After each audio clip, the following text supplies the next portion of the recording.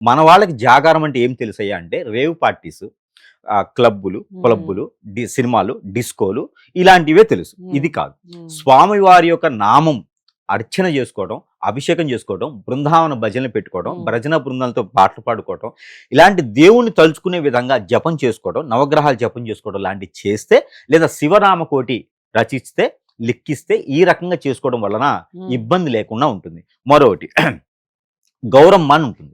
పార్వతీ గౌరమ్మ అమ్మవారికి ఉంటుంది. మరొక రూపం గౌరమ్మ తల్లి. ఈ గౌరమ్మని ఎలా చేసుకోవాలంటే గనక శనివారం రోజునే ఏది పండగ మనకు 15వ తారీఖు వస్తుంది. ఆదివారం రోజు. 15వ తారీఖు పండుగ ఉంది. అంటే 14వ తారీఖునే మనము గౌరమ్మని చేసుకునే విధం ఏంటంటే పసుపు కొమ్ములు తెచ్చుకోవాలి. హ్మ్. ఈ పసుపు కొమ్ములు శనివారం రోజే మనం నానపెట్టుకోవాలి. ఒకవేళ ఈ సంవత్సరం కాకపోయినా వచ్చే సంవత్సరానికైనా మాస శివరాత్రి రోజు ప్రతి మాసంలో వస్తుంది. వస్తుంది. అప్పుడు కూడా చేసుకోవచ్చు. హ్మ్. ఈ గౌరమ్మని చేసుకునే విధానం ఏంటంటే పసుపు కొమ్ములు తెచ్చుకొని నానపెట్టుకోవాలి. హ్మ్. తెల్లవారిన తర్వాత అవి మనము రోట్లో వేసుకొని తొక్కుకోవాలి.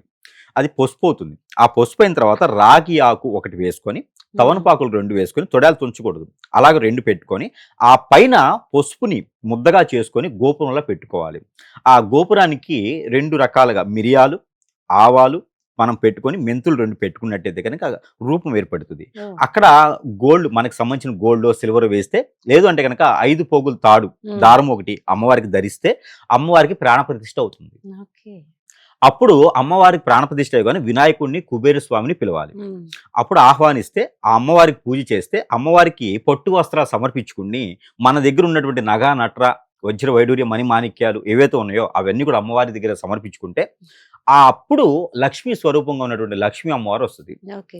అట్లాగా కుబేరుడు ఒక పక్కన, వినాయక స్వామి ఒక పక్కన ఉన్నప్పుడే లక్ష్మీ అమ్మవారు వస్తారు. అప్పుడు మనకి లక్ష్మీ కటాక్షం అంటారు. ఇది హ్మ్. మార్వాడీస్ చేసేటువంటి ప్రత్యేకత. ఓహ్!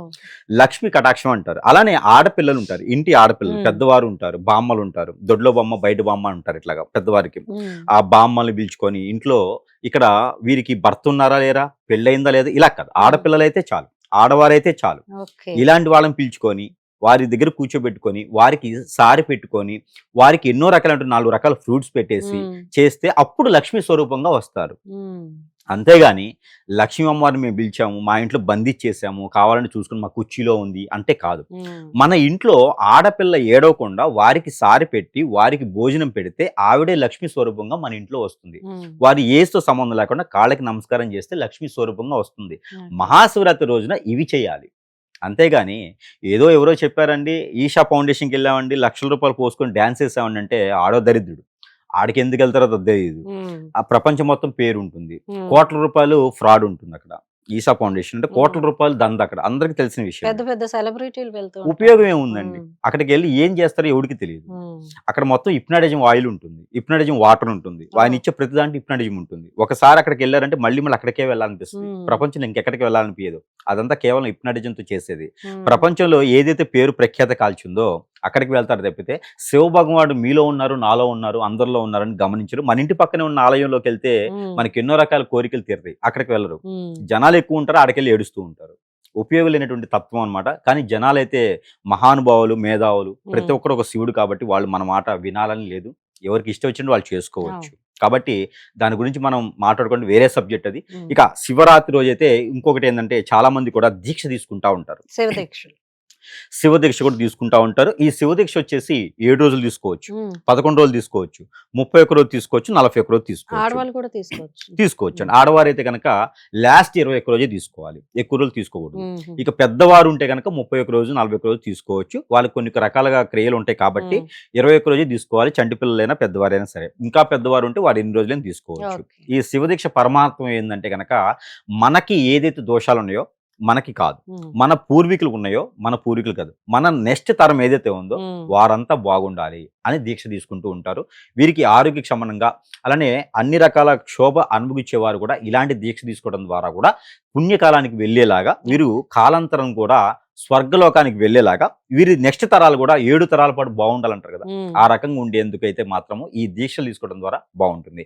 మరొక విషయం ఏందంటే ఈ సందర్భంగా మహాశివరాత్రి రోజున పండగ పరంగా చేసుకోవాలి, పద్ధతి ప్రకారంగా చేసుకోవాలి. అంతే తప్పితే నేనేదో తాగి చిందేస్తాను అంటే అది పాపకర్మలు మనం కొనుక్కొచ్చుకున్నట్టే ఉంటాయి. మనం ఏ కార్యక్రమం అనుకున్న ముందుకు వెళ్ళదు. ఎన్నో హ్మ్. రకాల చెడు క్రియలుంటాయి. మహాశివరాత్రికి ప్రత్యేకంగా ఇంకో విషయం అందరూ గమనించుకోవాల్సిన విషయం ఏందంటే, మనకి మానవుల్లో ఉండేటువంటి ప్రాణహాని ఏదైతే ఉందో, మానవుల్లో ఉండేటువంటి గ్రహాలు, గ్రంథాలు ఏవైతే ఉన్నాయో, హ్మ్. ఇవన్నీ తప్పించుకోవడానికి మనం చేసేటువంటి పుణ్య కార్యాల వల్లనే అవుతాయి. ఆ రోజు చేసేటువంటి ఏ దానమైనా సరే దేవుని దగ్గరికి స్వరంగా ఎళ్తుంది. ఓకే. మన పూర్వీకులు శాంతిస్తారు. మనకి దోషాలు పోతాయి. లేదు అంటే గనక ఆ రోజున ప్రతి ఒక్కళ్ళకి పవర్స్ అనేది ఎక్కువొస్తది. గ్రహాలకి 360 డిగ్రీల పవర్ ఉంటుంది. హ్మ్. అలానే గ్రహాలు ఒకటే కాదండి. మనకి చర్మం లేకుండా చాలామందుంటాయి. సూసైడ్ చేసుకునేవారు, హ్మ్. ఎన్నో రకాలుగా ఆత్మలుగా క్షోభించేవారు. మనం కొన్ని క్రియలు చెయ్యం తెలియక పెద్దవారికి. అవును. అవన్నీ కూడా మనల్ని క్షోభిస్తూ ఉంటాయి ఆ రోజున. కాబట్టి అవన్నీ కూడా మనకి ఆహ్వానించకుండా, మనకి ఆహుతి అవ్వకుండా, మనం వాటికి పట్టకుండా, వాటి మనకు పట్టకుండా, మనకు అనేటువంటి కార్యక్రమాల వల్ల ఎన్నో రకాల ఆరోగ్య సమస్యలు, ఆర్థిక సమస్యలు, ఎన్నో రకాల ఇబ్బందులు వస్తూ ఉంటాయి. వాటికి కూడా పవర్ వచ్చిద్ది ఆ రోజున. దేవుడిని చింతన చేసుకుంటూ ఉంటే వాటికి పవర్స్ అనేది రాకుండా వాటిని అధిగమించుతూ ఉంటాడు శివభగవానుడు.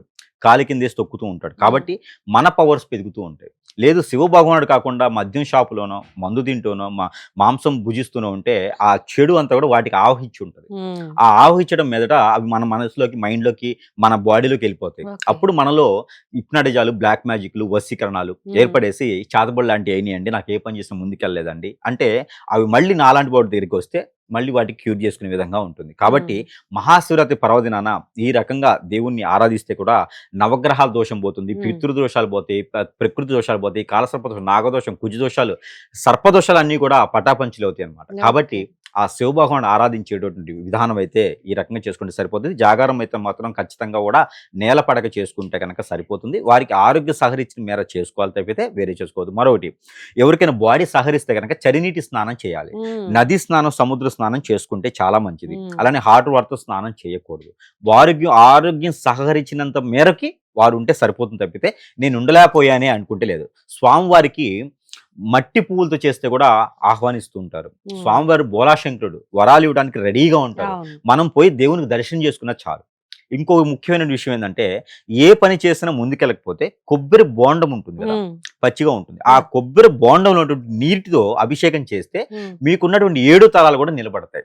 హ్మ్. భార్యాభర్తలు దూరమైనా కూడా దగ్గరవుతారు. పిల్లలు పుట్టకపోయినా కూడా పెళ్లి అయిన తర్వాత పిల్లలు పుట్టేదానికి ఉంటుంది. కానీ హ్మ్. కొబ్బరి బొండతో నీళ్లు అనేది అభిషేకం చేయడం ప్రాసిద్ది చెందినటువంటి విషయం. కొబ్బరి కాయలే కాదు. అంటే సార్ నారికేళ దీపం అని వింటూ ఉన్నాము. అది నారికేళం. ఈ టైంలో వెలిగించొచ్చంటారా? వెలిగించుకోవచ్చండి. హ్మ్. నారికేళ దీపం వెలిగించుకోవచ్చు, ఉప్పు దీపం వెలిగించుకోవచ్చు, నిమ్మ దీపం వెలిగించుకోవచ్చు, గోధుమ పిండితో చేసే దీపం, మినపిండితో చేసే దీపం ఏదైనా వెలిగించుకోవచ్చు. హ్మ్. కాకపోతే ఒకటి, ఒక్క దీపారాధన చేయకూడదు.